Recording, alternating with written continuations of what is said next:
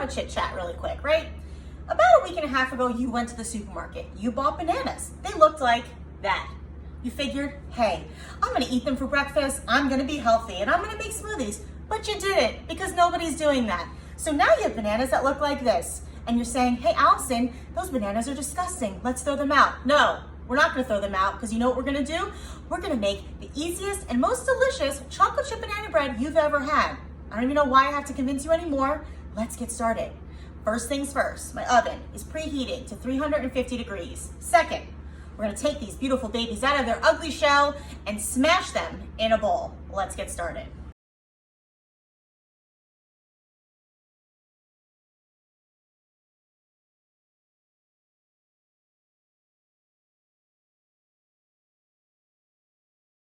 Okay, done. Now these are 5 super ripe bananas, and they're ready to get smashed. You can use bananas that are not as brown, but they'll just be a little harder to mix. But I think when bananas get to be like that really dark brown on the outside, that just means the inside is super sweet, and that's what we want for these muffins. Okay, so I'm gonna take a fork, and I'm gonna mash it until it becomes a nice smooth paste. Let's go.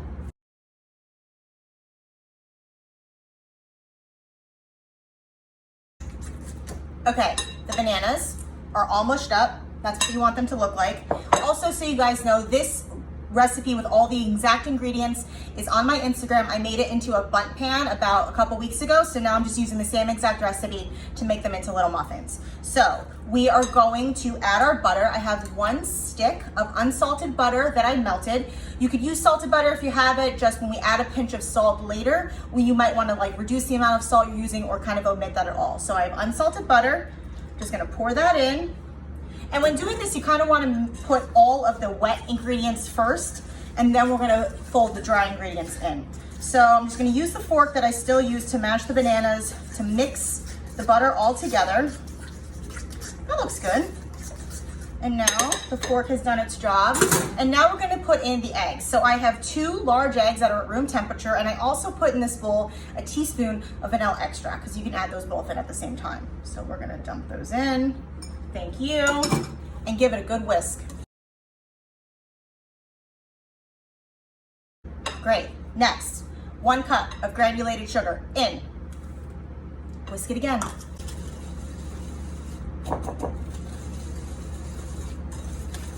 You're gonna see that the mixture is gonna start to thicken up, which is great.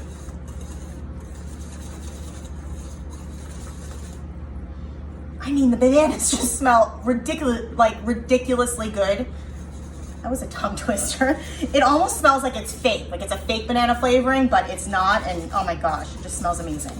Okay, wet ingredients, done. Oops. Now, we have our dry ingredients in a bowl. What do I have here? I have 2 cups of all-purpose flour, and I have a teaspoon of baking soda, and I'm going to add a pinch of salt. Now what this does, the salt does not make things salty. The salt is gonna bring out the sweetness in the banana bread, and it's just gonna make it taste even better. So you'll know the difference if you don't put the salt in or not. So you just want a little pinch. I'm gonna dump all the dry ingredients into the wet.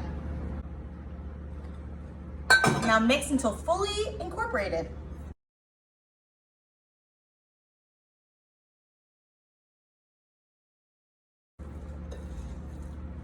Done. Now, if for some reason you don't like chocolate chips, which I think that chocolate and banana bread goes hand in hand and it's a no-brainer, but if for some reason you don't like chocolate chips, the next step, you just omit and you could plop these babies right into your muffin tins.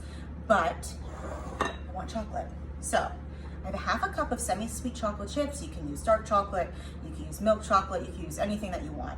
Now, a trick that I learned from the Queen, Ina herself, is that whenever you're incorporating like a fruit or a nut or a chocolate chip into a batter, a cake batter, you don't want them to sink to the bottom, because the worst thing is that when you cut into your bread, you spend so much time making it, and then you have the chocolate chips that just fell all to the bottom of the banana bread, and they're not like well incorporated throughout. So this trick helps them become fully incorporated and they're evenly dispersed. So you just take your chocolate chips and a tablespoon of flour. Now, don't ask me why this works. I don't know why.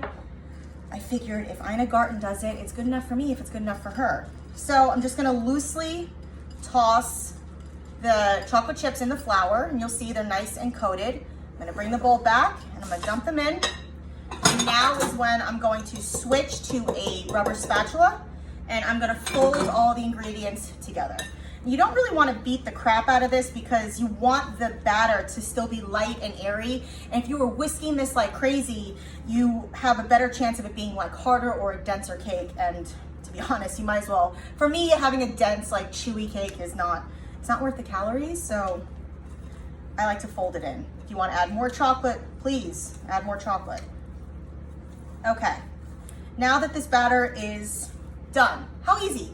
What did that take? 4 minutes? We're done. I'm gonna push this to the side and I'm going to bring up our muffin tins. Now, I've only made this, so we're doing this together.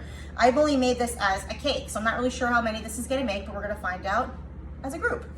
I use a ice cream scoop when doing my cupcakes or my muffins. That way I can ensure that they're all about the same size. So I'm gonna fill these up 3/4 of the way to the top because I really want them to bubble up and I want them to get that nice like muffin top that we all love. Not the fat muffin top, the muffin top, the good muffin top. So I'm gonna start filling these up.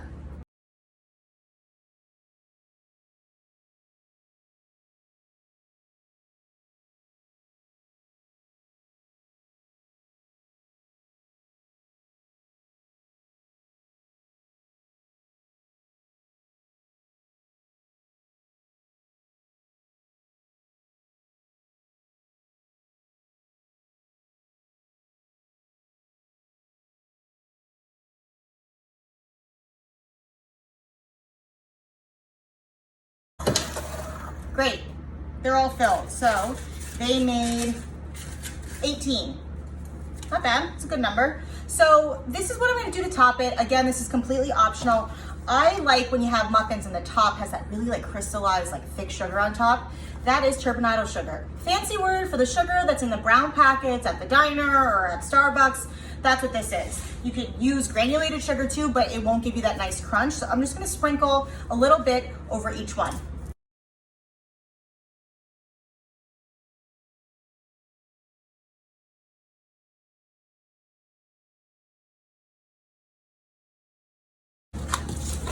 And then, because you can never have too much chocolate, I'm just gonna top each one with a couple more chocolate chips, because why not?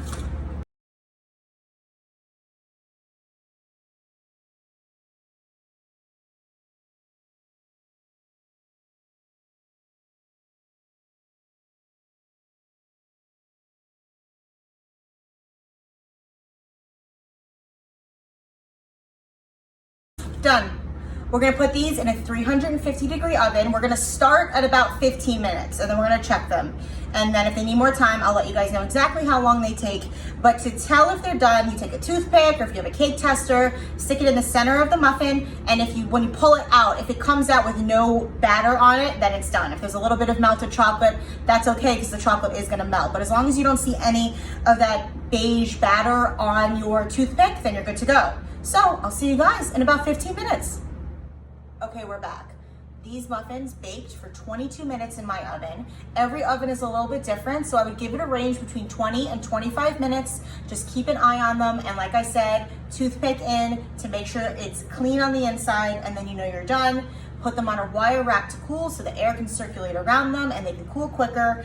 And some of you have been wanting me to eat them, eat like the stuff that I've been making because I haven't been trying it. So, okay. I do want to cut into this and show you the inside because I want to show you how the chocolate chips are evenly distributed. Look at that.